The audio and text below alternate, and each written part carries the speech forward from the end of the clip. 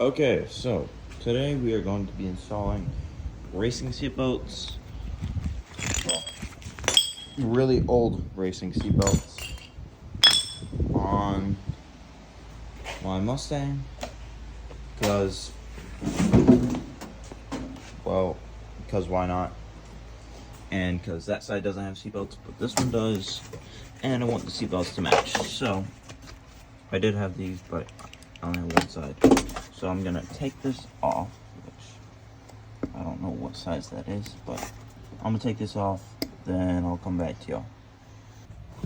Alright, so first, I already did this side because I forgot to record it, but this side, make sure it's the right way, and just, all you gotta do is just make sure it's the right way, pretty much. And screw it in like you would anything else. It takes, for the one I'm using, it takes a 5/8 wrench to do it. So, yeah, I'll show you all the final product of both sides after.